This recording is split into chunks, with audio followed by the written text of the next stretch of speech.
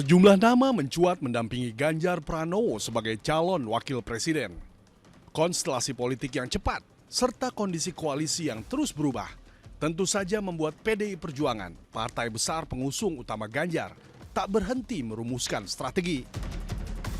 Ridwan Kamil, Mahfud MD, Sandiaga Uno, bahkan nama Menteri Pekerjaan Umum dan Perumahan Rakyat Basuki Hadimulyono muncul ke permukaan. Siapakah yang akan dipilih? Siapakah yang akan dideklarasikan sebagai cawapres Ganjar? Inilah Liputan 6 Talks mengejar cawapres Ganjar. Selamat datang di Liputan 6 Talks, saya Jati Dharma bersama Anda. Mengejar cawapres Ganjar Pranowo, itulah topik yang akan kita bicarakan pada kesempatan kali ini. Dan tentunya seperti biasa saya tidak akan sendiri untuk mendiskusikan topik di Liputan 6 Talks. Ada sejumlah narasumber yang sudah siap dan berdiskusi seru pada hari ini. Yang pertama saya ingin menyapa Bang Eriko Sotarduga, Ketua DPP PDI Perjuangan. Halo Bang, apa kabar? Baik, Assalamualaikum warahmatullahi wabarakatuh. Waalaikumsalam. Mas Jati, Mas Awi, dan semua kita semua yang menyaksikan. Oke, yang kedua saya ingin menyapa juga Ahmad Baidowi, Ketua DPP P3. Yang keduanya ini sayang sekali tidak bisa bergabung bersama saya di studio, tapi melalui sambungan Zoom. Apa kabar, Mas Awi? Wah, Mas Awi, sambungan. Alhamdulillah. Oke. Agak kaget saya kok nggak langsung menyambut ini ada nge-lag internet. Moga-moga kita terus internetnya nyambung terus ya. Kita akan ngobrol soal hal yang seru nih sekarang. Kalau kita lihat kedua partai yang ada di kanan kiri saya ini di layar ini adalah partai yang akan mendukung Ganjar Pranowo untuk menuju ke pemilu presiden 2024. Nah, pertanyaan pertama ingin saya sampaikan kepada Bang Eriko. 30 hari Bang menuju pendaftaran calon presiden di KPU, ya ini tanggal 10 Oktober ya 2023. Sampai sekarang belum ada deklarasi siapa bacawa pres dari Ganjar Pranowo. Sudah ada bocoran yang lebih mengerucut karena kita tahu ya, semua tahu waktu itu disebut 10, kemudian sampai jangan 5. Tadi di VT kalau Abang dan juga Mas Awi tadi menyaksikan ada 3 nama yang menguat, tapi ada nama-nama lain yang juga disebut-sebut. Setidaknya dari yang tadi kami sampaikan di awal, ada nama-nama itu enggak, Bang Eriko? Ya, begini Mas Jati dan juga Mas Awi, seluruh pemirsa penonton dari SCTV dimanapun Anda berada, ini memang menarik.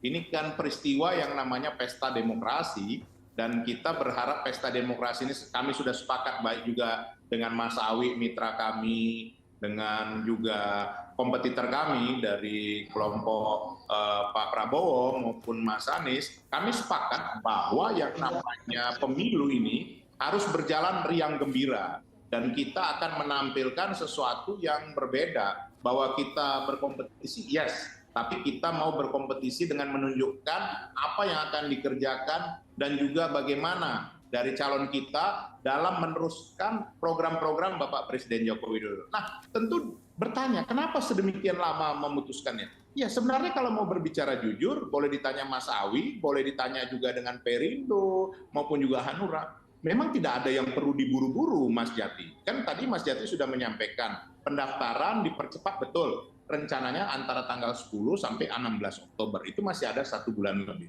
Nah, apa yang harus menjadi alasan untuk dipercepat atau diburu-buru untuk mengumumkannya? Tidak ada. Karena kenapa? Kalau mau dilihat, ini ada 3 sebenarnya. Ini sebenarnya ya saya buka strategi. Pertama, memang situasi itu dinamis, bisa berubah setiap saat, day per day, menit per menit, jam per jam, itu bisa berubah. Sehingga dibutuhkan waktu yang paling, kalau boleh sebenarnya secara jujur, paling terakhir, supaya kita bisa mengetahui perkembangan apa yang paling tepat sebelum memutuskan. Yang kedua, ini semua kita sering acap kali lupa bahwa pemilu ini yang memilih nanti adalah rakyat. Nah, belum tentu yang elektabilitasnya sekarang tinggi itu yang sebenarnya dikehendaki rakyat. Kenapa? Karena sampai saat ini elektabilitas itu belum maksimal, masih sangat jauh. Itu yang kedua. Yang ketiga, jangan lupa Mas Jati, saya rasa saudara saya juga Mas Awi setuju, bahwa pemilih nanti, pemilih yang terbesar itu adalah kaum milenial, generasi Y dan generasi Z. Yang 56,45% dari pemilih nanti adalah mereka. Nah, yang mana yang paling pas untuk mereka? Apakah sekedar calon presiden dan calon wakil presiden yang muda, usianya muda, ataukah yang berjiwa muda, ataukah yang merepresentasikan apa yang dikehendaki oleh generasi muda? Nah, ini sebenarnya kenapa Mas Jati tidak ada sesuatu hal yang perlu untuk ini dipercepat, diumumkan. Itu saya rasa sepakat kita dengan mitra-mitra kita P3, Hanura dan Perindo. Ya kalau nanti ada lagi yang masuk bersama-sama dengan kita juga berbicara pasti seperti itu juga. Dan memang Mas Jati sekarang ini yang berkembang kan dari 10 mengkerucut 7. Kemudian mengkerucut 5, terakhir mengkerucut 3, yaitu Profesor Mahfud MD, kemudian Kang Emil, dan juga yang diusulkan oleh P3, Mas Sandi. Masing-masing punya kelebihan ini, bisa kita kaji masing-masing kelebihan. Tetapi kemarin muncul juga di internal kami maupun juga di media massa, ada Mas Andika. Nah itu tidak bisa dipungkiri juga. Ya mungkin juga ada Mas AHY yang kalau nanti Demokrat bergabung kepada kita bisa saja. Ini semua masih mungkin. Ini nanti akan dibicarakan di antara Ibu Mega bersama para ketua umum. Dan jangan lupa, incumbent-nya Bapak Joko Widodo itu juga pasti diajak berbicara bersama dan tentu dengan calon presiden kami Mas Ganjar Pranowo. Begitu Mas Jati yang bisa saya sampaikan sampai saat ini. Tadi Bang Eriko menyatakan kalau bisa paling akhir untuk melihat bagaimana situasi persaingan di antara yang lainnya begitu ya. Nah kalau dari Mas Awi setuju nggak? Tadi kan tadi dugaannya Bang Eriko, Mas Awi setuju nih. Kalau Mas Awi dari P3 seperti apa kira-kira keinginannya? Ya memang itu salah satu diskusi di internal kami bersama koalisi PDIP, P3, Hanura, dan Perindo, bahwa kita juga mencermati dinamika politik yang berkembang di lapangan. Termasuk juga siapa calon kompetitor kita. Baru kali ini yang sudah jelas, calon kompetitor kita itu adalah pasangan Anies Baswedan, Muhaimin Iskandar. Satu lagi, Pak Prabowo dengan siapa calonnya masih belum. Nah, kita kan kalau masih bisa ada waktu untuk mempelajari, menelaah siapa calon-calon pesaing kita, itu kan lebih bagus. Dan ini bagian dari perencanaan. Ingat, kita berhasil dalam merencanakan, itu sudah separuh kesuksesan, insya Allah sudah bisa diambil. Gitu. Jadi jangan sampai dalam perencanaan aja gagal, apalagi nanti dalam persaingan. Nah, merencanakannya kita sedetail mungkin, termasuk pasangannya siapa, bahwa hari ini ada 3 nama yang berkembang di media, ada nama Pak Sandiaga Uno, ada nama Pak Mahfud MD, ada nama Pak Ridwan Kamil. Jadi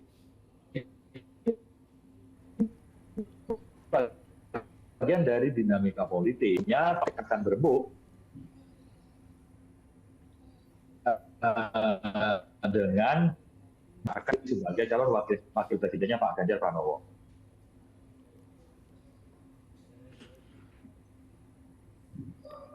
Mas Awi, masih tersambung dengan kami?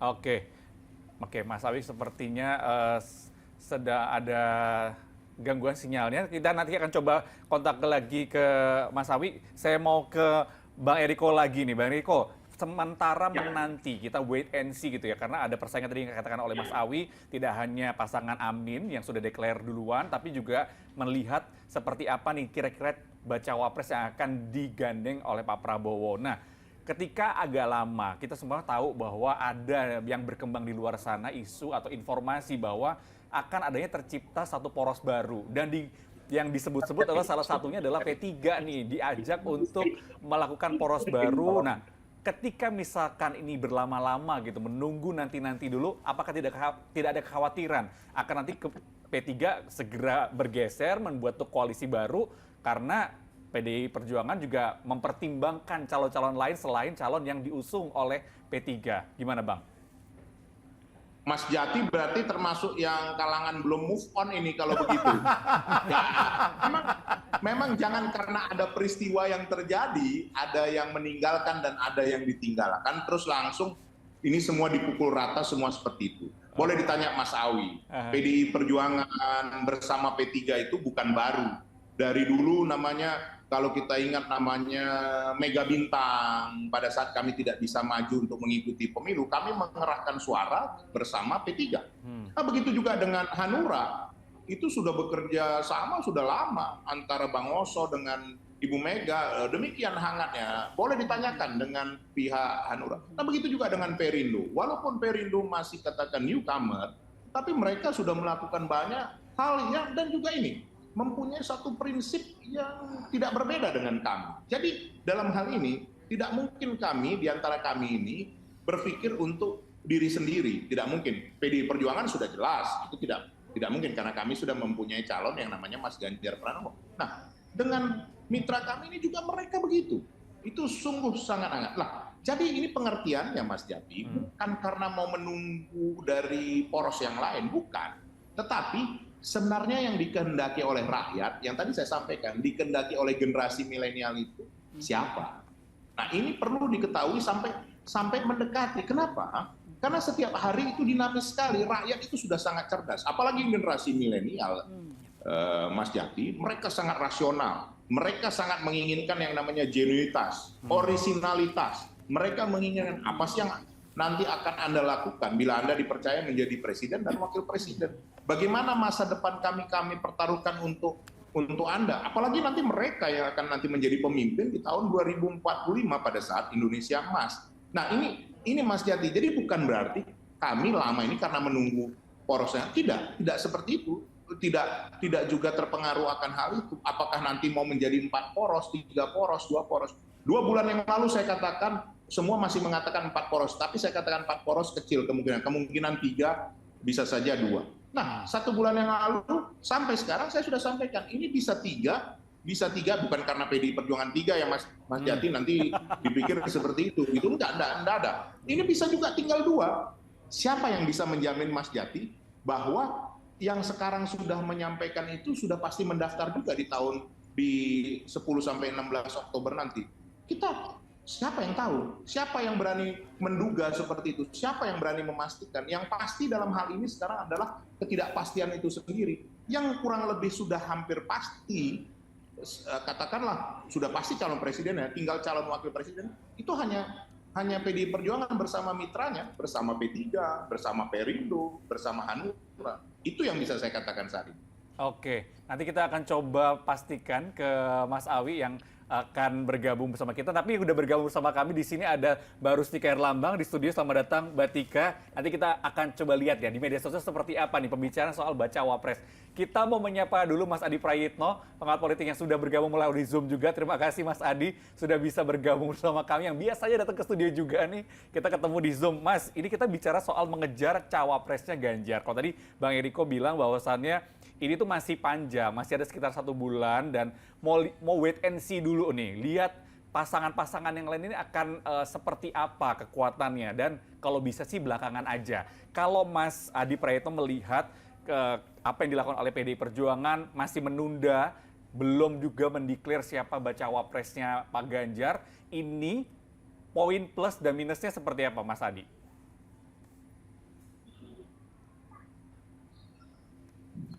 Mas Adi, audionya mungkin masih di mute. Ya, saya kira memang teman-teman partai politik ini kan sudah terlatih Mas ya dalam mengkalkulasi kepentingan politiknya menuju Pilpres di 2024. Dan kalau dilihat secara rata-rata umum, memang mazhab politik kita itu adalah mazhab politik yang bermain di tikungan akhir, tidak buru-buru. Toh pendaftaran ke KPU sampai hari ini kan baru dibuka tanggal 19 Oktober sampai tanggal 25 November. Ada sekitar waktu sebulan setengah yang saya kira dalam politik itu masih banyak terjadi apa hal yang di luar prediksi-prediksi kita. Itu yang pertama. Yang kedua, poros politik saat ini, persoalan Cawapres ini kan cukup dinamis dan cukup cair ya. Nah, saya melihat PDIP ini kan sedang melakukan beauty contest, saya menyebutnya, untuk menyeleksi kira-kira siapa Cawapres yang dinilai potensial untuk bisa berdampingan dengan Ganjar Pranowo. Sejauh ini kan katanya sudah mengerucut pada 3 nama. Ada Pak Ridwan Kamil, ada kemudian Mahfud MD, ada juga kemudian Sandiaga Uno. Secara umum memang ini adalah 3 nama yang kalau kita membaca angka-angka statistik, memang relatif memiliki kapasitas, memiliki kompetensi dan modal politik di atas rata-rata, karena ketiganya ini adalah sosok yang selalu muncul dalam survei ya, di mana popularitas dan elektabilitasnya memang cukup mencolok. Artinya kalau kita melihat angka-angka survei, ketika Sandiaga Uno misalnya dipasangkan dengan Ganjar Pranowo, ya saya kira dampak elektabilitasnya signifikan. Begitupun dengan ketika misalnya Mahfud MD ataupun Ridwan Kamil juga dipasangkan dengan Ganjar Pranowo, kalau kita melihat angka-angka statistiknya juga muncul secara signifikan.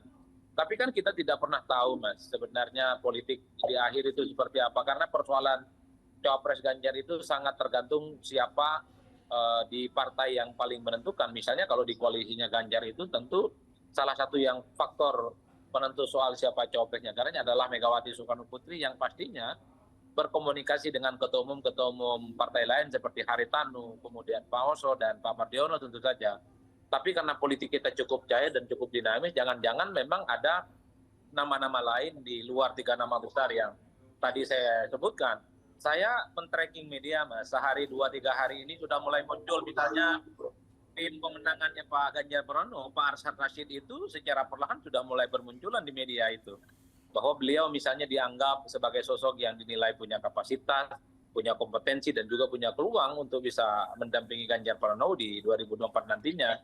Oleh karena itu, ini yang sepertinya bisa menjelaskan kenapa sampai hari ini PDIP itu masih sangat sabar menunggu, mencari kira-kira siapa sosok yang dinilai paling pantas memiliki akseptabilitas dan disetujui oleh partai politik untuk berdampingan dengan Ganjar Pranowo, apalagi misalnya Ganjar ini kan ditargetkan hat-trick untuk yang ketiga kalinya oleh PDIP. Oleh karena itu pemilihan cawapres menjadi penting dan tidak mungkin kita hanya bisa menyederhanakan apa yang kita lihat saat ini, yaitu 3 nama itu seakan-akan itu final segala-galanya.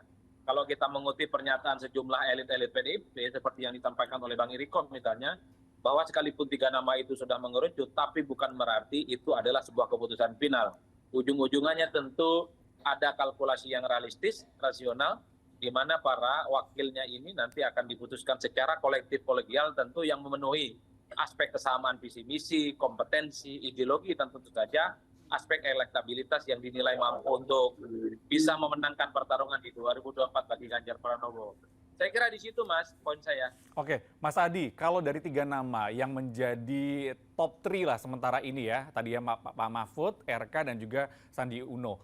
Kira-kira kalau menurut Mas Adi, dengan cocok-cocokan seperti rumus-rumus nasionalis religius lah, dengan segala macam ini ya, apa namanya, pasangan-pasangan yang biasanya memenangkan rumus-rumus untuk memenangkan pemilu presiden, menurut Mas Adi dari 3 nama tadi mana yang paling berpeluang?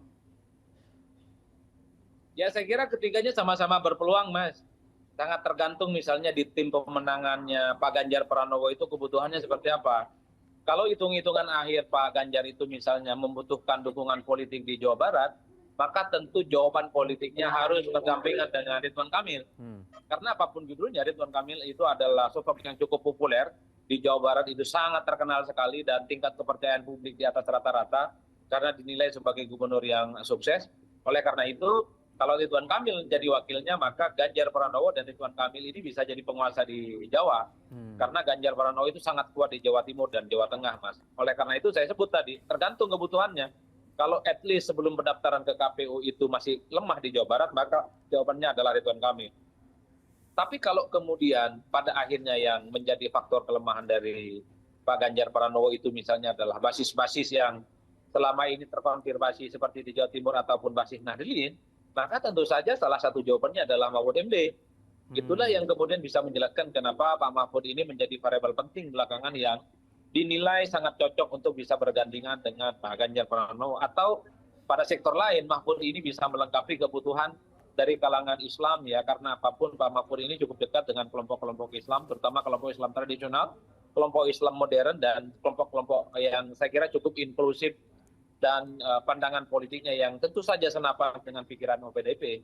Tapi di seberang yang lain kita juga tidak bisa menyepelekan gitu. Posisi Sandiaga Uno apapun judulnya telah diusung oleh P3 yang sejak awal sudah menyatakan dukungan politiknya kepada P3. Sandi ini adalah seorang politisi muda mewakili kelompok politik Islam ya, Kemudian yang paling penting Sandi itu adalah memiliki basis elektabilitas dan popularitas yang relatif sampai saat ini masuk top 3. Oleh karena itu sebenarnya saya selalu mengatakan Mas bahwa dari ketiga nama ini sebenarnya adalah barang bagus. Siapapun yang dipilih sangat potensial memang bisa meningkatkan elektabilitas Ganjar Pranowo. Makanya kalau kita hitung rata-rata, ini tentunya semua sangat tergantung apa sebenarnya kebutuhan yang paling mendesak dan paling dibutuhkan oleh para tim, para pemenangan yang ada di Pak Ganjar Pranowo. Tentu yang bisa menjawab itu semua adalah Pak Eriko Sotarduga, karena beliau ini adalah orang dalam yang pastinya sudah punya portofolio apa plus dan minusnya yang mesti dipersiapkan untuk memenangkan Ganjar di 2024. Oke, Mas Adi, itu tadi analisis dari Mas Adi, kekuatan masing-masing calon yang bisa dipilih oleh PDI Perjuangan. Nah, saya sebelum ke Bang Eriko untuk menanyakan apa sebenarnya yang dibutuhkan oleh PDI Perjuangan, saya mau ke Mbak Ristika dulu. Mbak Tika, kalau misalkan di media sosial, 3 nama ini kan juga cukup menguat ya pembicaraannya. Itu seperti apa? Apakah sama seperti yang disampaikan oleh Mas Adi atau ada pandangan lain dari masyarakat di media sosial? Ya, jadi dalam 1 minggu terakhir, 1-2 minggu terakhir itu ternyata ada 2 hal yang mengemuka di media sosial. Yang pertama adalah tadi yang disampaikan Mas Eriko bahwa isu terkait sama milenial sama Gen Z itu adalah sesuatu isu yang lagi naik yang nanti kita bisa bedah. Yang kedua adalah Megawati adalah kunci gitu ya. Adalah kunci, kunci. Itu betul sekali gitu. Jadi ketika kita membedah dari seluruh ketiga pasangan, ketiga calon wapresnya Ganjar, ternyata ketiganya adalah figur yang sangat dekat dengan milenial dan Gen Z. Itu adalah catatan pertama. Oke. Dan menariknya, ketiga nama tersebut memiliki pasar yang berbeda-beda. Oke, jadi saya mungkin buka ya satu-satu ya. Hal ini sangat penting untuk diketahui oleh PDI Perjuangan dan koalisinya. Kalau dia mau milih cawapres, tapi milenial, siapa yang paling cocok untuk mereka gitu. Oke. Kita mulai dari Ridwan Kamil. Ridwan Kamil itu dia paling populer di IG. Ini dalam satu minggu terakhir ya. Kemudian tone-nya tuh hanya 5% negatifnya. Wow. Karena dan di sini ketika bicara soal datanya terkait sama Ridwan Kamil, dia tuh seperti dia dan anak-anak Gen Z dan milenial tuh seperti teman gitu loh. Jadi seperti itu. Terus emotionnya adalah trust enjoy. Dan kemudian 44% cewek dan sisanya adalah cowok. Nah itu Ridwan Kamil Gen Z. Jadi ini adalah pemilih pemula gitu ya. Kemudian untuk Mahfud MD, ini menarik juga karena Mahfud MD itu dia diresponnya tuh di 3 platform terbesar. Yang pertama adalah Twitter, karena bicara soal politik paling banyak kan.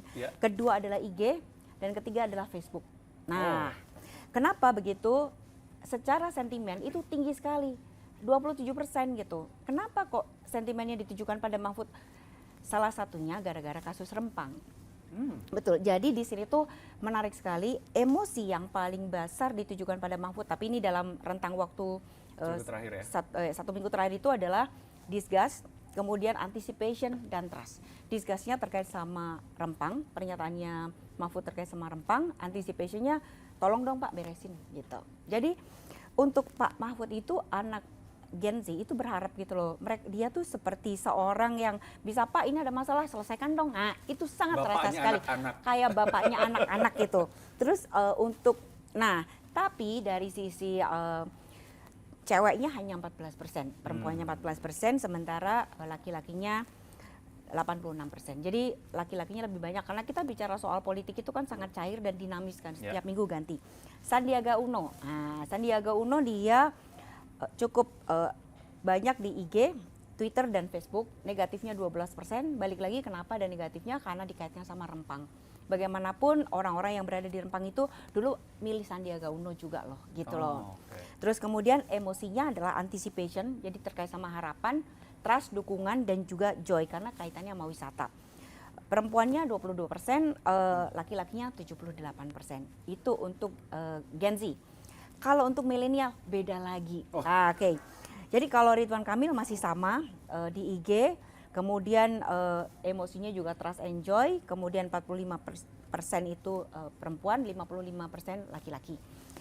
Pak Mahfud MD kalau di cawapres milenial untuk anak umur 22 sampai 30 tahun lebih banyak di Twitternya. Kemudian baru IG dan kemudian Facebook. Mereka berharap Pak Mahfud itu segera bertindak. Itu adalah 22 sampai 30 tahun.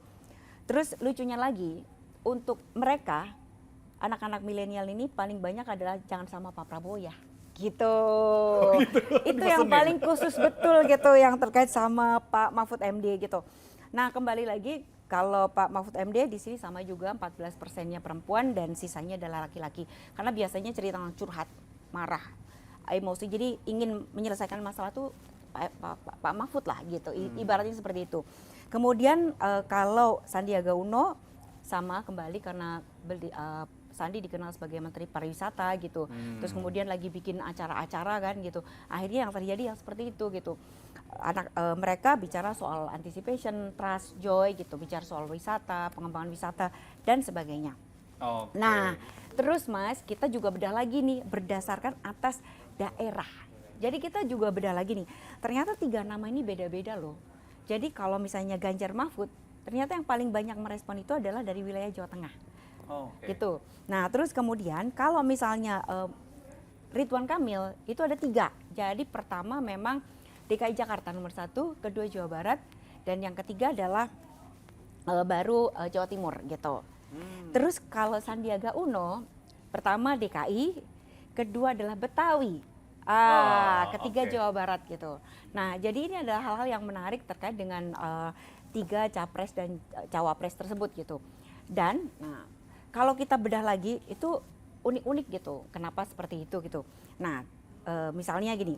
Kalau Ridwan Kamil, kenapa dia paling tinggi engagementnya misalnya gitu, karena dia lagi jadi dalam tanda petik primadona gitu.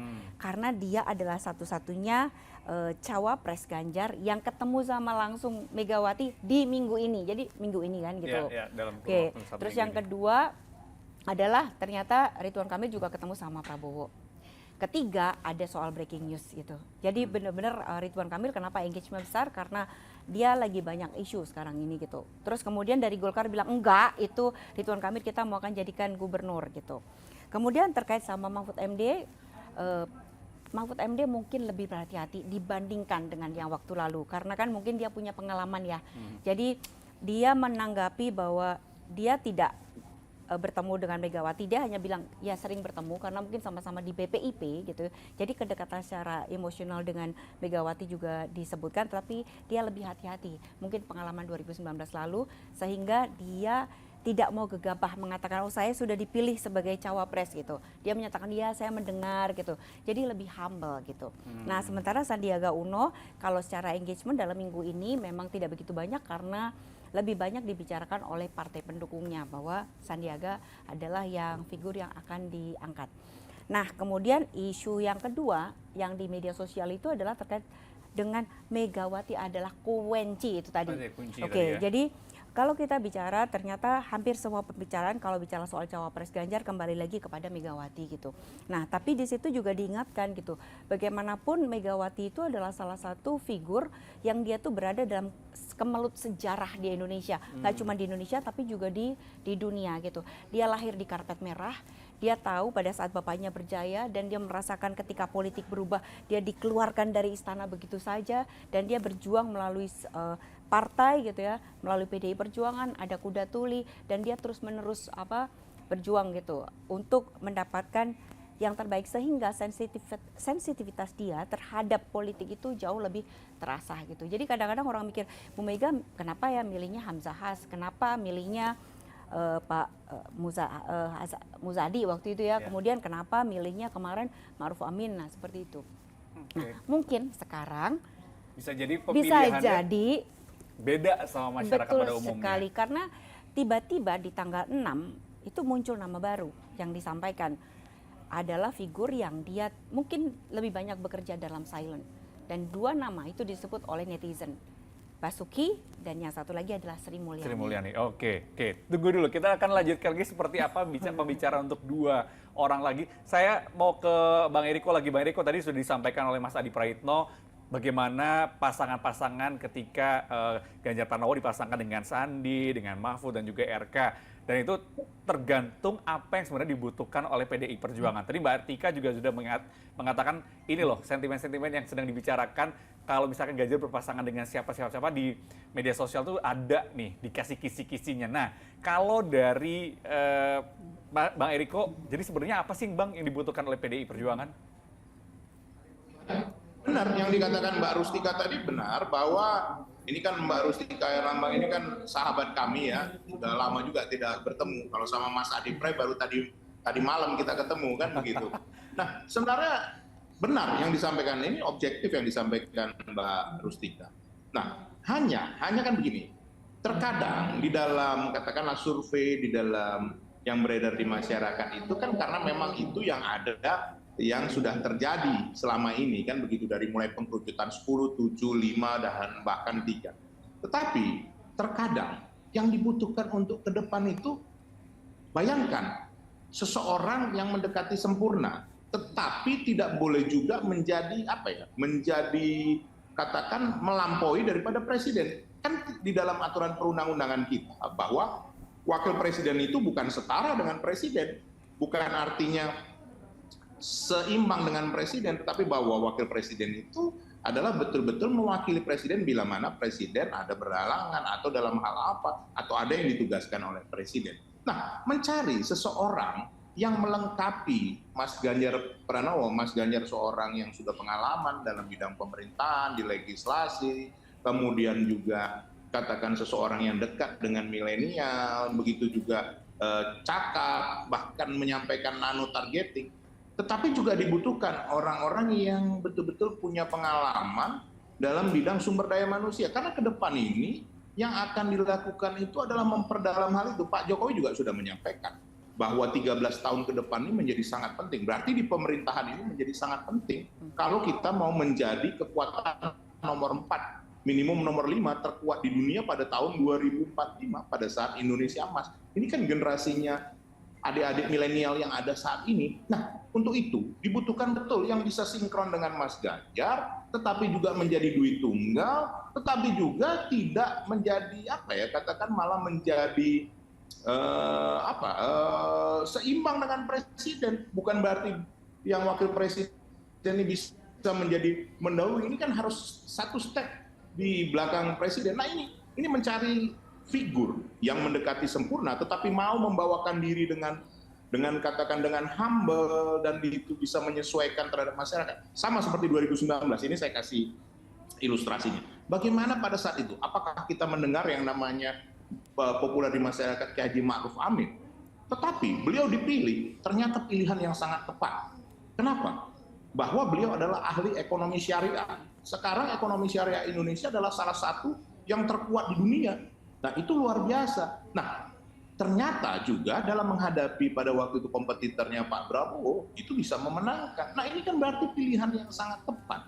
Nah, ini yang sebenarnya terkadang ini di luar jangkauan daripada alat-alat instrumen yang memang ada saat ini. Nah, sekali lagi, bisa saja meminjam istilah 2019, bisa saja hal yang tak terduga terjadi, bisa saja. Ini sekali lagi bukan karena saya mau menduga-duga karena nama saya Riko Sotarduga. Saya sebenarnya sangat mengingkari hal itu. Enggak ada Mas Jati, Mbak Rustika, tapi memang bisa saja.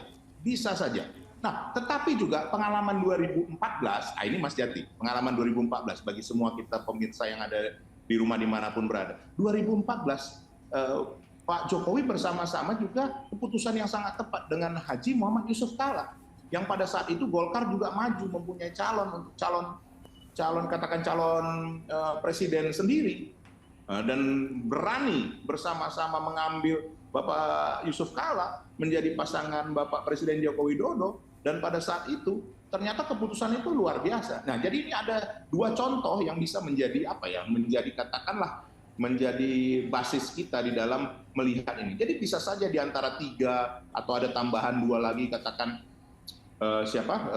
Mas Andika atau Bu Sri Mulyani atau Pak Basuki, atau bisa saja di luar daripada yang kita duga ini. Seperti itu, Mas Jati. Oke, bisa balik lagi ke 10 lagi dong gitu Bang ya. Makin panjang lagi. Balik ke 10. Tetapi bahwa sekarang pengkerucutan yang 3 ini itu sudah sangat tepat. Benar yang dikatakan tadi Mas Awi, dari Mas Adi Pray, dari Mbak Rustika, itu sudah benar. Tidak bisa kita bantah. Tapi 3 ini tentu akan diperhitungkan. Nah, sekarang begini Mas Jati, bagaimana memilih di antara 3 ini tapi yang mempunyai kemampuan ketiga-tiganya? Apakah itu hal yang mungkin? Mungkin, tapi kemungkinan itu juga sesuatu hal yang memang ya sedikit banyak sulit, luar biasa memadukan ketiga ini. Ada yang kuat di dalam soal sektor hukum, sumber daya manusia, kemudian juga orang yang memang bersih seperti Profesor Mahfud MD. Ada yang seperti Kang Emil yang memang menguasai di Jawa Barat. Beliau tidak banyak melakukan leverage diri, tapi nilai elektabilitasnya sangat tinggi dan disenangin oleh orang muda. Kemudian ada Mas Sandiaga Uno, pengusaha yang sangat sukses, mewakili juga orang muda, kemudian juga mempunyai networking yang luar biasa, secara finansial juga kuat. Nah, ini kan sebenarnya sudah hampir katakan mendekati sempurna terhadap semua kriteria ini. Jadi tidak salah juga seperti itu Mas Jati. Oke. Saya mau ke Mas Awi. Mas Awi sudah bergabung bersama kami kembali. Mas Awi, kalau kita tadi kan ada 3 nama, kemudian sudah dikemukakan kekuatan-kekuatan dari masing-masing, dan tentunya Mas Awi dari P3 mengusung Pak Sandiaga Uno. Nah, kalau dilihat ini sebenarnya ternyata dari 3 nama yang ada, Pak Sandiaga Uno diusung oleh P3, kemudian ada RK dan juga Pak Mahfud memiliki kekuatan-kekuatan yang luar biasa yang satu sama lain ini bisa jadi punya potensi masih kedudukannya masih seimbang lah di antara ketiganya untuk menjadi bacawa pres dari Ganjar Pranowo. Kalau P3 melihat ini kampanyenya kansnya masih 50-50 atau masih berapa lah ini? Masih belum yakin gitu 100% akan mendapatkan jatah bacawa pres gitu. Kira-kira akan kedepannya seperti apa? Misalnya kalau akhirnya dipilih bukan Mas Sandi. Kalau misalnya yang dipilih Sandi gimana? Ya berarti kan jadi. Makanya saya bicara kalau misalnya yang dipilih. Benar itu pertanyaan Mas Awi itu loh. Makanya kalau kita berandai-andai Mas Awi ya. Kalau sudah terpilih, berandai-andai sama-sama 50%. Benar, kalau misalkan kalau dipilih kan berarti kita tidak perlu berandai-andai lagi, sudah pasti akan maju mendaftar tanggal 10 Oktober. Supaya tidak terlalu dekat lah. Jadi begini, P3 mengusung Pak Ganjar itu bukan keputusan diambil di pinggir jalan, tapi keputusan konstitusional partai, yakni dihasilkan oleh keputusan rapat pimpinan nasional. Nah, selama keputusan Rapimnas yang memutuskan berkoalisi ataupun bekerja sama politik dengan PDIP Perjuangan dengan mengusung Pak Ganjar belum dicabut, maka ya posisi P3 di situ tidak kemana-mana. Karena kita diajarkan bahwa berpolitik itu konsisten atau istiqomah. Karena istiqomah itu merupakan salah satu prinsip perjuangan P3. Nah, sebelum janur kuning melengkung, segala peluang masih bisa terjadi. Maka tugas kami sebagai politisi dari Partai Persatuan Pembangunan yang sudah berhikmat dan berkoalisi dengan PDI Perjuangan meyakinkan kawan-kawan PDIP khususnya Bu Megawati agar bisa memilih Pak Sandiaga Uno. Dengan cara apa? Ya dengan cara kami tersendiri. Banyak hal yang kita lakukan untuk meyakinkan bahwa kalau Mas Ganjar menggandeng Pak Sandi itu akan bisa memenangkan Pilpres 1 putaran misalkan. Dengan cara apa? Ya tidak hanya berstatement di media, tapi kita melakukan kerja-kerja politik yang maksimal, melakukan konsolidasi ke bawah. Nah, kalaupun kemudian ternyata pada akhirnya apa yang kita harapkan tidak sesuai dengan yang kami inginkan, sekali lagi manusia itu hanya wajibnya berikhtiar. Selanjutnya tawakal, menyerahkan sepenuhnya kepada Yang Maha Kuasa. Nah, selama belum ada keputusan, belum mendaftar kepada KPU, belum ada hitam di atas putih, segala kemungkinan masih terjadi. Apalagi berdasarkan analisa tadi, baik dari analisa media sosial, maupun dari analisa lembaga survei, ataupun analisa dari pergerakan politik sosial kemasyarakatan, peluang Pak Sandiaga Uno untuk digandeng oleh Pak Ganjar Pranowo itu masih ada, masih besar bahkan, masih berpusar di 3 orang ini lumayan. Namun demikian, sekali lagi, karena di koalisi kami ini, dibiasakan untuk kerjasama politik dan menghasilkan sesuatu itu berdasarkan musyawarah mufakat, paling tidak disampaikan terlebih dahulu apa yang akan disepakati, tidak ujuk-ujuk kemudian diumumkan bahwa keputusannya A, tapi dibicarakan. Saya ambil contoh misalkan bagaimana para ketua umum partai politik yang tergabung dalam koalisi ini menyusun ataupun menentukan ketua tim pemenangan nasional itu tidak serta-merta karena Bu Mega partai paling besar langsung menentukan ini si A ya ketuanya. Tidak seperti itu.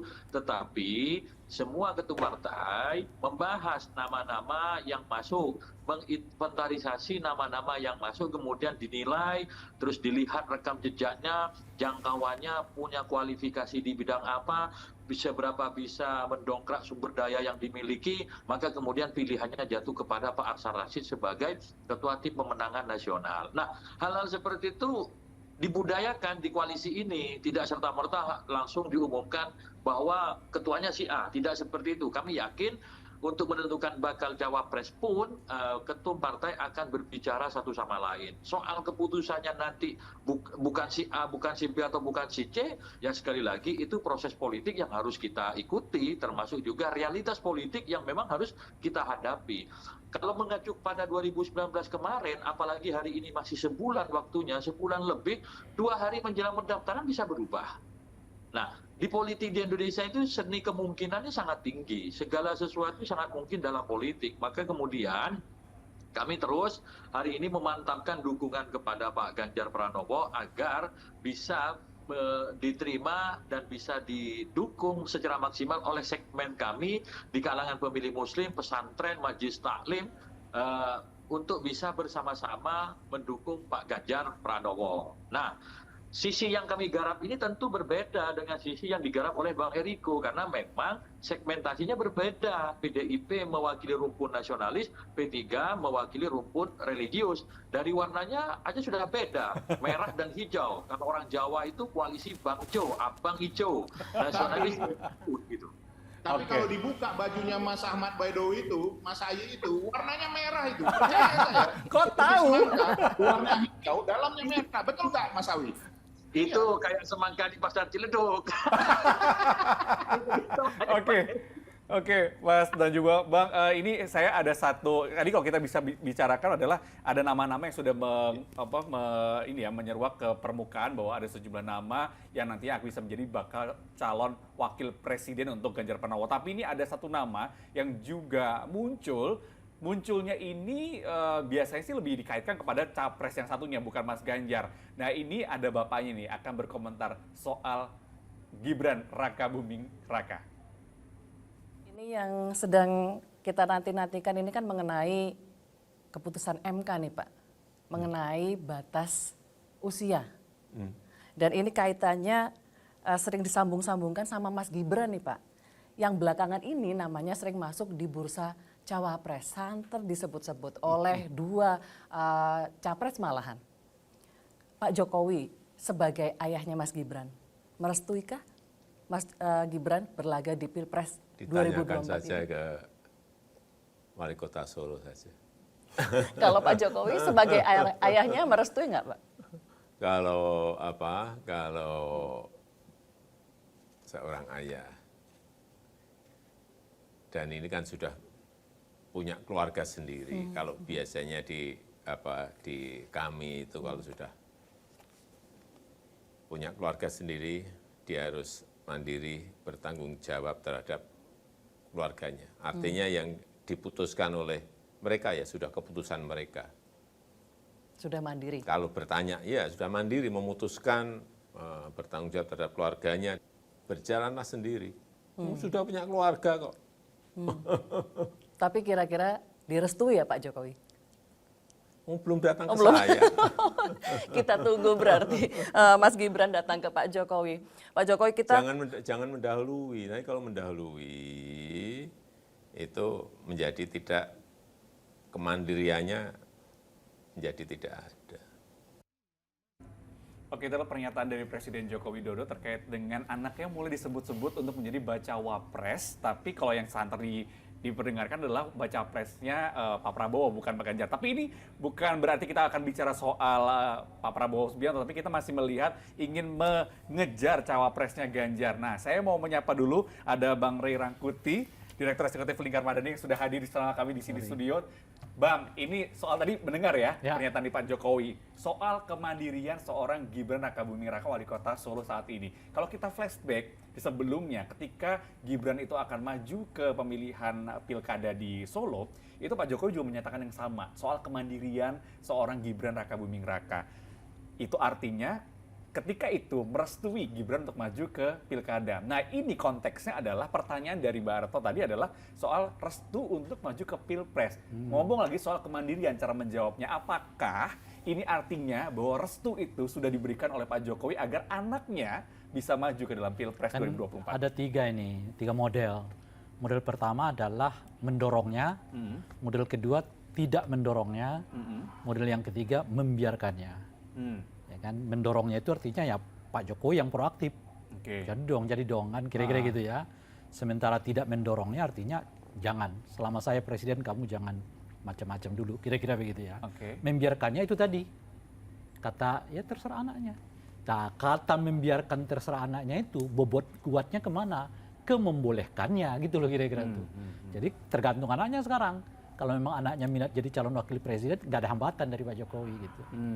Kira-kira gitu ya. Nah, tapi kalau anaknya nggak berminat, ya sudah. Mau anaknya nggak berminat, mau diapain. Kira-kira. Jadi bahasa yang lain, kans diizinkannya itu di angka 70% tergantung kepada sang anak sendiri gitu ya.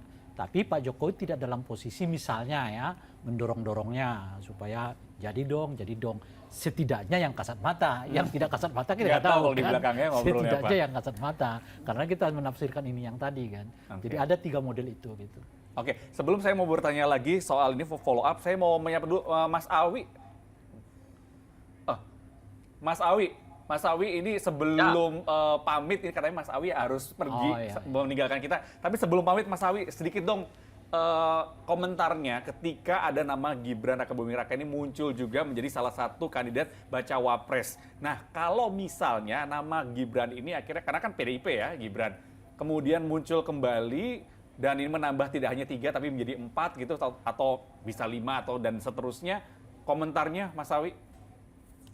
Ya nggak ada masalah, semua warga negara memiliki hak untuk dipilih dan memilih asalkan memenuhi syarat dan ketentuannya. Sampai hari ini batas usia calon presiden itu minimal 40 tahun. Nah, sebelum ada putusan MK, maka Mas Gibran belum bisa maju sebagai calon wakil presiden ataupun calon presiden. Kecuali nanti ada putusan MK. Nah, Bu Puan sendiri juga pernah menyebut bahwa nama Pak Mas Gibran menjadi salah satu opsi yang didiskusikan kalau aturan membolehkan. Nah, kalau aturan tidak membolehkan kan tidak bisa dipaksa meskipun beliau anaknya seorang presiden dan sekarang menjadi wali kota di Solo. Jadi kita tunggu saja putusan MK seperti apa dan itu akan berpengaruh terhadap konfigurasi politik. Dan mohon izin kalau saya pamit terlebih dahulu karena memang harus boarding gitu. Oke. Terima kasih ya. Baik. Terima kasih Mas Awi sudah bergabung bersama Liputan Talks hari ini. Terima kasih. Nanti kita akan ngobrol lagi ya kapan-kapan ya. Setelah nanti kalau sudah diumumkan nih bacawa presnya Pak Ganjar. Ini Bang Eriko juga katanya mau pamit. Waduh, ini mau pamit semua ini. Bang Eriko, komentarnya deh sebelum saya nanti lanjutin sama teman-teman di studio. Begini, kami sekali lagi, kami tidak ingin menduga-duga, tidak ingin berandai-andai, karena aturan main yang sekarang masih membatasi minimum di usia 40 tahun. Tapi ini bila mana memang ternyata nanti dari MK keluar peraturan ini sebelum pada waktu pendaftaran, ya tentu kami akan mendiskusikan sudah tepat apa yang dikatakan oleh Mas Awi tadi. Kami akan mendiskusikan tentu Ibu Ketua Umum, Ibu Megawati, bersama seluruh Ketua Umum partai, bersama Pak Presiden Joko Widodo sebagai incumbent dan juga bersama Mas Ganjar Pranowo sebagai bakal calon presiden, tentu akan mendiskusikan ini, akan juga nanti melihat sejauh apa dan memperhitungkan ini semua sebelum nanti memutuskannya. Ya, tapi sekali lagi sebelum itu terjadi ya kalau menurut kami ya kita ikuti tata aturan yang berlaku sampai saat ini. Seperti itu, Mas Jati, Mbak Rustika dan juga Bang Ray Rangkuti, saya mohon pamit karena kami masih sosialisasi di sini, sosialisasi pinjaman online. Silakan. Mari. Oke, terima kasih. Assalamualaikum warahmatullahi wabarakatuh. Waalaikumsalam, terima kasih Bang Eriko Sotarduga, Ketua DPP PDI Perjuangan. Tadi sebelumnya ada Mas Ahmad Baidowi, Ketua DPP P3 sudah meninggalkan kita melalui media Zoom. Kita sekarang konsentrasi ada di studio ini bersama Mbak Tika juga Bang Ray. Ini tadi melanjutkan yang tadi. Ya. Bicara soal tadi Gibran gitu. Kan kita kan judulnya kan mengejar cawapresnya Ganjar. Ketika Gibran muncul, sebenarnya munculnya buat Pak Prabowo, ya kan, yang sering banget dikemukakan adalah ini akan bakal calon wakil presiden Pak Prabowo. Tapi kalau misalkan dipasangkan sama Pak Ganjar, Nggak cocok. nggak cocok. Nggak cocok. Kenapa? Pertama dari daerah yang sama, kan sama-sama Jawa Tengah tuh. Oke. Kedua sama-sama dari partai yang sama, Mm-mm. kan PDI Perjuangan gitu. Itu artinya PDI ngeraup semua. Jadi artinya bermain di sektor yang sama, di lahan yang sama. Nggak menguntungkan bagi Ganjar itu. Dan oleh karena itu ya Ganjar harus cari orang yang memiliki jangkar ke kelompok lain. Nah, entah itu misalnya wilayah, entah itu asosiasi terhadap kelompok agama, ya, dan sebagainya gitu. Nah, dalam konteks ini kans Gibran kalau misalnya pun dibolehkan ya 35 tahun itu hanya 20% kalau Pak Ganjar itu. Nggak cocok. Jadi istilah saya itu ada 4 varian kan, ada 4 faktor orang dipilih sebagai calon wakil presiden itu. Pertama elektabilitas. Soal ini Gibran punya lah kan. Ya. Kedua isi tas. Ya, saya nggak tahu apakah Gibran punya isi tas atau tidak ya kan. Yang ketiga adalah soal dia memiliki asosiasi yang kuat dengan organisasi-organisasi agamaan tertentu di Indonesia gitu. Khususnya ke NU apapun ke Muhammadiyah. Karena NU itu ya 60 jutaan, Muhammadiyah itu sekitar 30-40 jutaan gitu. Itu besar sekali gitu. Nah yang keempat adalah soal apakah ia bagian dari elit partai politik atau tidak. Saya kira dari 4 varian ini, hanya satu yang dimiliki oleh Gibran kan. Dia punya elektabilitas. Soal isi tas kita nggak tahu. Asosiasi dengan kelompok agama nggak ada rasanya kan. Kalau yang keempat elit juga bukan elit partai dia gitu. Tapi ada faktor di luar faktor 4. Kalau ini kan established lah. Di semua pemilu mungkin penting faktor ini. Tapi ada faktor kelima yang mungkin dimiliki oleh Gibran. Soal dukungan Pak Jokowi. Gitu. Nah dari artinya 2 dari 5 kemungkinan kriteria dimiliki oleh Gibran. Tapi kalau dilihat dari soal sektor strategisnya atau tidak, nggak strategis. Karena sama-sama dari Jawa Tengah, ya kan, sama-sama dari partai yang sama gitu. Dan dalam konteks pembentukan calon wakil presiden ini, saya sering kali mengatakan kalau dibuat pembagian itu bukan lagi bagian partai politik pendukung utama. Sebab partai politik pendukung utama kan sudah punya capres kan. Jadi bagian partai politik pendukung kedua lah yang paling dominan untuk mengusung siapa calon wakil presidennya. Nama Gibran nggak masuk di P3, nama Gibran nggak masuk di Perindo, nama Gibran nggak masuk di Hanura gitu. Artinya dari 3 partai yang secara formal sekarang dukung Ganjar, bagian dari koalisi besar Ganjar itu tidak memasukkan Gibran sebagai calon wakil presiden gitu.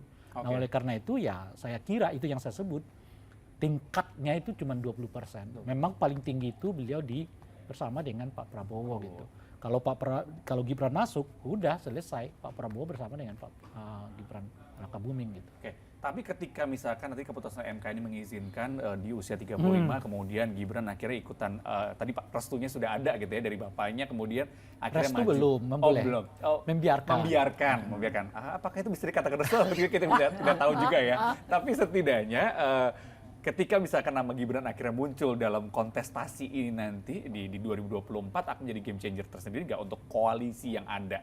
Karena muncul namanya udah disebut-sebut, tapi kan secara konstitusi masih belum bisa nih, gitu. Undang-undangnya masih belum mengizinkan dia sebetulnya maju. menurut saya sudah diramalkan kan. Artinya varian-varian ini sudah dibicarakan orang, termasuk membuat varian Pak Prabowo dengan Gibran gitu.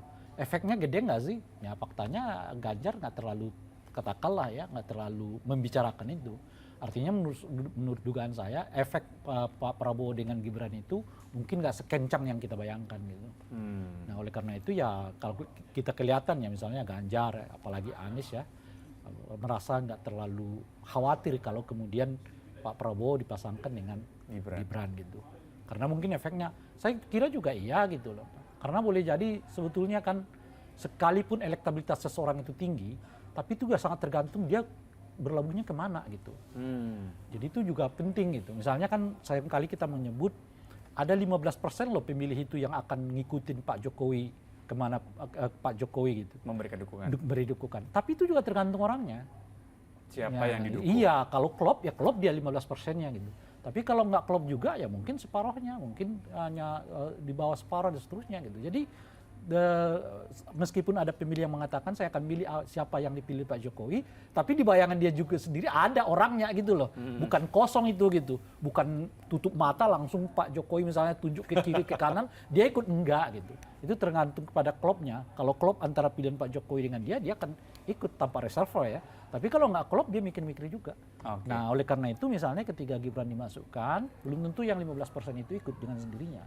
Karena ada orang yang sensitif dari 15% ini pada soal nepotisme, pada soal dinasti gitu ya, atau pada soal kapasitas. Ya Gibran baru 5 tahun ya wali kota gitu. Kan beda ceritanya dengan Pak Jokowi 10 tahun jadi Presiden pula. 10 tahun di Solo, kurang lebih 3 atau 4 tahun di DKI, langsung naik. Jadi karirnya jelas gitu loh. Dari wali kota, gubernur, lalu presiden. Nah, nggak ada ceritanya wali kota lompat ke wakil presiden. Jadi gubernur Jawa Tengah dulu aja? Iya, jadi orang juga mikirnya begitu. Maksud saya yang 15% itu juga lihat, ada juga yang berpikirnya begitu. Ya. Gitu Jadi ya. karena itu belum tentu keangkut semua itu gitu. Yang 15% itu. Berarti kalau misalkan si Pak Ganjar atau dari PDI Perjuangan dan juga koalisinya ini, tadi kan di awal mengatakan bahwa saya nanti dulu, pengen wait and see gitu ya, melihat dari kandidat-kandidat dari yang dua lain. nama sekarang, kan ada 2 nama yang belum mungkin. Saya kira Pak Ganjar paling lama ini. Paling akhir? Paling akhir. Dugaannya Bang Rey. Iya, sebab ada kepentingan Golkar untuk diumumkan segera juga sebelum ada putusan MK. Kenapa gitu? Sebab kalau ada putusan MK dan membolehkannya, peluang Airlangga hilang. Erlangga hilang. Oh. Makanya ini strategi seperti yang dilakukan oleh Caimin kan sebenarnya. Umumkan dong sekarang. Kalau diumumkan sekarang, 80% itu Airlangga, calon wakil presidennya Pak Prabowo gitu. Kenapa Pak Airlangga? Nggak ada pilihan lagi Pak Prabowo. Sebab kalau Airlangga dimasukkan, akan berulang lagi kisah Caimin. Pergi ya kan? meninggalkan itu. Selesai gitu ya. Oke. Dan Tentunya kita seterusnya gitu. masih menanti nih seperti apa ketok palunya MK dan bagaimana Iya, desakan Golkar itu. Tapi desakan Golkar ini penting. Ya kan, sebab kalau nggak ya dia wanti-wanti. Ini Pak Prabowo kalau nggak diumumkan dalam 1-2 minggu ini, kita bisa hengkang juga loh gitu kan. Lumayan besar ini ya. Lumayan besar gitu. Nah oleh karena itu ya tantangan Pak Prabowo di sini menunggu putusan MK atau segera mengumumkannya. Tapi kalau Ganjar menurut saya di ujung. Paling ujung ya, soalnya dia paling santai sih sebetulnya. Santai bukan karena apa? Ya karena siap partai, dia satu partai udah cukup kok gitu. Ya. Jadi dia terlalu nggak ada terlalu masalah. Dan dari 5 nama yang kita sodorkan sekarang ini kan ada 5 nama pemuncak nih. Semuanya bisa kolop dengan dia sebenarnya gitu.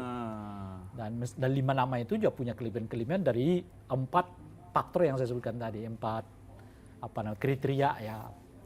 Elektabilitas, isitas, ya, asosiasi dengan organisasi keagamaan, ya. Yang ketiga, yang keempat adalah elit dari partai politik itu. Oke, kita akan menunggu Mbak Tika. Tadi Mbak Tika sempat menyebutkan soal bacawa presnya Ganjar, ada nama 2 menteri Jokowi, Pak Basuki sama Bu Sri Mulyani. Ini ceritanya gimana tiba-tiba muncul 2 nama ini? Ya. Jadi ini tuh menarik sekali gitu. Kenapa tiba-tiba muncul nama lain gitu? Jadi setelah Ridwan Kamil mengatakan mau ada breaking news gitu, padahal kan selama ini kan karena dia udah di framing, udah deket nih sama Ibu Megawati gitu, bicara soal Soekarno dan lain-lain gitu kan, bicara soal emotion kan gitu.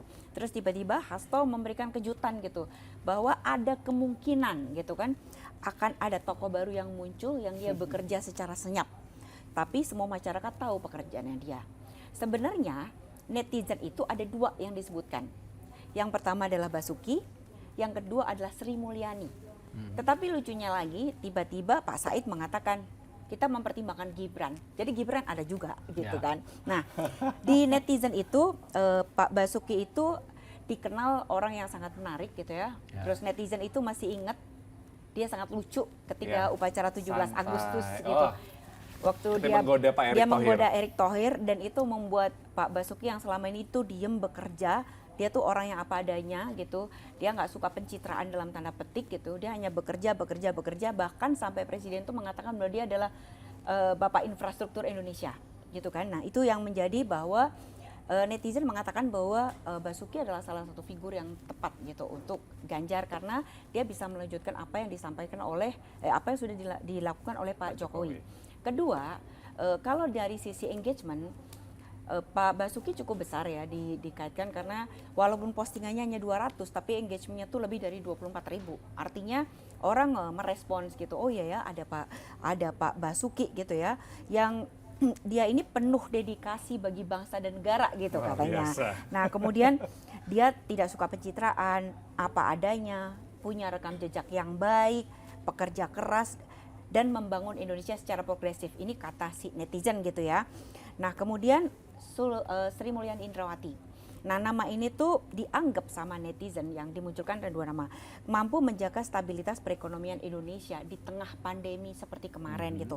Bahkan selama 7 kuartal berturut-turut pertumbuhan ekonomi Indonesia tuh berada di atas angka 5%. Ini adalah salah satu pencapaian yang luar biasa. Di tengah kita tahu bahwa negara lain itu sedang mengalami penurunan. Jadi 2 nama itu muncul gitu. Sebagai salah satu figur yang alternatif tadi gitu kan. Karena kalau dilihat cocok juga gitu ya, cocok juga itu bahwa Ganjar bisa dipasangkan dengan Pak Basuki gitu ya untuk melanjutkan infrastruktur gitu supaya IKN tetap jalan misalnya gitu kan, cocok juga dengan Ibu Sri Mulyani gitu. Keduanya adalah orang yang senior. Kalau tadi Mas Eriko bilang bahwa kalau bisa tuh yang namanya cawapres itu tugasnya berbeda dengan presiden gitu kan. 2 figur ini juga cocok dengan syarat yang disampaikan oleh Pak Eriko tersebut gitu. Oke, Bang Rey, ada komentar nggak? Ini ada 2 nama lagi nih muncul. Tinggal kita uji dari 5 itu tadi. Ada elektabilitas nggak? Ada isitas nggak? Ada asosiasi dengan kelompok-kelompok agama nggak? Elit partai nggak? Dekat dengan Pak Jokowi apa nggak? Pak Jokowi dua nama ini, saya kira cuma yang kelima dengan Pak Jokowi, tapi kan ada Gibran di situ. Dan sebagainya. Artinya kalaupun Pak Jokowi mau endorse orang, ya dia endorse anaknya lah kan. Sama-sama ada kedekatan dengan anaknya gitu ya. Dan saingan mereka juga berat kan. Ada Erik juga, ada Sandiaga juga kan. Semuanya juga mau maju kan gitu. Nah jadi kalau dilihat dari 5 varian ini, 5 syarat yang saya sebutkan itu, rasanya nggak masuk nih. Dan nggak ada waktu untuk memperkenalkan mereka kepada publik. Karena keterkaitan mereka juga menurut saya mungkin masih di bawah 30% terhadap masyarakat gitu. Sementara gapnya antara keterkenalan dan keterpilihan itu bisa sampai 70% loh. Ya Pak Prabowo 100%, siapa yang nggak kenal? Tapi kan keterpilihannya masih 30-35. Kan gapnya tinggi sekali antara keterkenalan dengan keterpilihan kan. Nah gitu. Kalau di media itu, media sosial nih, dia mengatakan bahwa kalau kita belajar tahun 2019 itu, siangnya Mahfud, malamnya Ma'ruf. Nah, nama Ma'ruf itu kalau di dalam pemberitaan media dulu dan secara elektabilitas itu rendah gitu kan. Dia ketika 2019 itu bahkan ketika saya membuka rekam jejaknya Ma'ruf pada tahun 2019 dan menjelang pemilihan itu ternyata Ma'ruf juga bukan figur yang dia sangat menonjol gitu ya, elektabilitasnya menonjol gitu. Dia memang dia menguasai dalam tanda petik terkait sama ekonomi pada saat itu. Jadi ekonomi terus disampaikan oleh Pak Ma'ruf gitu. Nah bahkan sampai di detik terakhir itu Pak Ma'ruf masih biasa-biasa aja, santai gitu. Dia hanya dianggap sebagai perwakilan NU gitu. Dari NU siapa nih gitu. Ada beberapa nama, ada Said Agil, ada dia, ada Mahfud gitu. Nggak ada angin, nggak ada hujan gitu. Nah itu gimana tuh Mas? Beda antara 2019 dengan 2024. 2024 ini nggak ada Jokowinya gitu loh. Nggak ada orang. Jadi orang masih melihat siapapun yang menjadi pasangannya. Kejadian yang kayak begitu bisa terjadi pada presiden yang incumbent. Artinya nanti kita bicara 2029. Nah 2029 itu calon wakil presiden itu bisa siapa aja tergantung pada presiden yang lagi populer gitu loh. Kan itu kejadian 2009 pada zamannya Pak SBY. Kan orang mikirnya dengan Pak Yusuf kalah lagi, ini belak-beluk. Enggak, tiba-tiba Pak Budiono. Dari kategori mana pun nggak kena nih. Pertama nggak ada yang begitu kenal orang Pak Budiono siapa. Sama-sama Jawa Timur, sama-sama di kelompok nasionalis gitu ya. Sama-sama birokrat sebetulnya gitu. Pak SBY, beliau birokrat, ini Pak SBY juga kurang lebih birokrat karena udah lama sekali di pemerintahan kan sebetulnya gitu. Tapi karena elektabilitas Pak Prabowo sekarang SBY saat itu nggak ada yang tandingi ya, istilah saat itu tutup mata aja jadi gitu. Nah 2004 ini nggak ada.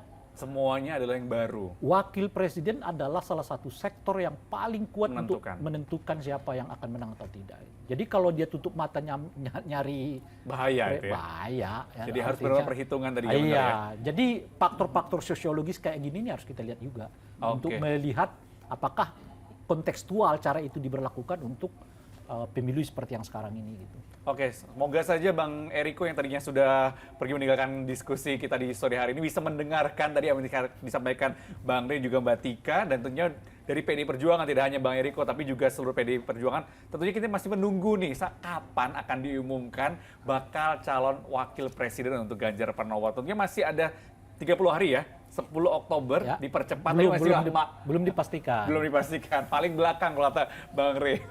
Kita akan nunggu siapa nanti akan menjadi bakal wakil calon presiden untuk Ganjar Pranowo. Sementara itu terima kasih untuk Bang Rey, Siap. Mbak Tika, tadi ada Mas Adi Prayitno juga, ada Bang Eriko dan juga Mas Awi yang sudah bergabung bersama Liputan Talks pada hari ini.